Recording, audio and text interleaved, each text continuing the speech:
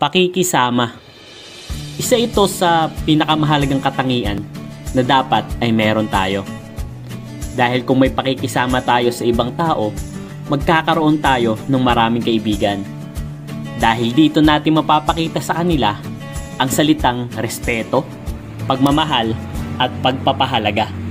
Sa ganitong gawain, magkakaroon tayo ng magandang ugnayan sa ibang tao na baka makatulong pa sa atin.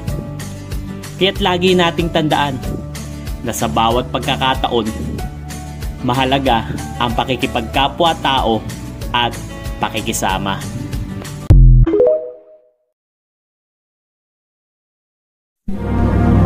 Respeto para kanino?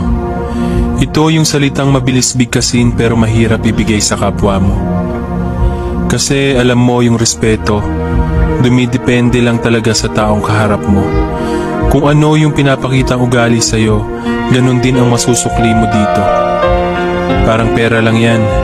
Kung nagbayad ka ng buo, susuklian ka ng sakto. Kaya matutong rumispeto sa kahit sinong taong nakakaharap mo. Para ganun din ang isusukli sa'yo nito. Libre lang magbigay ng respeto sa kapwa-tao. Depende na lang kung di mo alam yung salitang respeto.